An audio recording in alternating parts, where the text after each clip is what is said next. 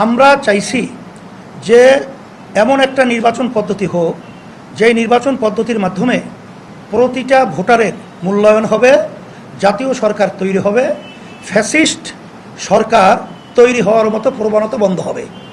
এজন্যই মূলত আমরা নির্বাচন পদ্ধতি এটা আমরা চেয়েছি।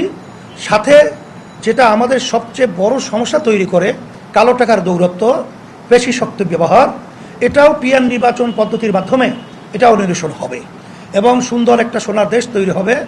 আর সবাই যদি সরকারে থাকে, সেখানে দেশ পরিচালনায় সুন্দর একটা পরিবেশ তৈরি করার সংসদ হবে। এই জন্যই আমরা পিয়ার পদ্ধতি চেয়েছি। এখানে বিএনপি না চাওয়ার পিছনে আমরা যেটা আগে পরে উল্লেখ করেছি, এটা তাদের অনেকটাই স্বার্থ মিশ্রিত রয়েছে। তারা এককভাবে ক্ষমতায় যাওয়ার একটা আশা, বিভিন্ন তাদের কার্যক্রম চালচলন কথা আমরা লক্ষ্য করেছি। এখন তারা এই পিয়ার নির্বাচনের মাধ্যমে একক ক্ষমতায় যাওয়া এবং আগে পরে যে ফ্যাসিস্ট চরিত্র এইটা তৈরি করার সুযোগ থাকে না বিধায় এর ব্যাপারে তারা খায় না মাথায় দেয়। এই ধরনের মন্তব্য অযৌক্তিক, অরাজনৈতিক শিষ্টাচার বহির্ভূত তারা করে আসছে। 91টা দেশের মতো দেশে পিয়ার পদ্ধতি নির্বাচন চলছে।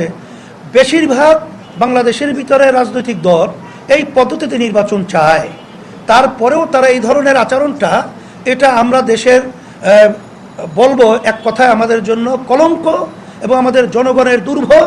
এটা তারা আবার নিয়ে আসবে, এটাই আমরা মনে করছি। যদি এই প্লেইং ফিল্ড যদি আমরা তৈরি করতে না পারি বা না হয়, তখন তো আমরা আমাদের বক্তব্যের মাধ্যমে আজকে আপনাদের কাছে বলেছি আমাদের নির্বাচনে যাওয়া কঠিন হবে। কারণ এই পরিস্থিতিতে প্রশাসন তাদের ফাংশন যথাযথ করছে না এবং বর্তমান সরকার প্রশাসনকে ওইভাবে তারা নিয়ন্ত্রিত করতে পারছে না।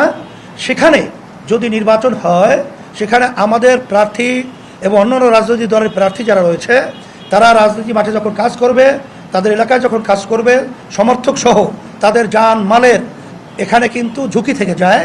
এই ঝুঁকিতে আমরা নির্বাচনে কেন যাব? এটা আপনাদের কাছে আমরা প্রশ্ন রাখলাম।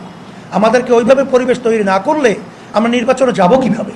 এই জন্য আমরা বলেছি, যদি রাজনৈতিক দলগুলো তারা ঐক্যমত্যে পৌঁছতে না পারে, তখন তো ঐক্যমত্যে কমিশনের যে ধারাবাহিকতা আছে তার একটা কিন্তু পয়েন্ট আছে, যে যদি তারা ঐক্যমত্যে না পৌঁছতে পারে, জনগণের মতামত, যেটা গণভোট বলা হয়, এটা আমাদের দেশে বিগত দিনেও হয়েছে।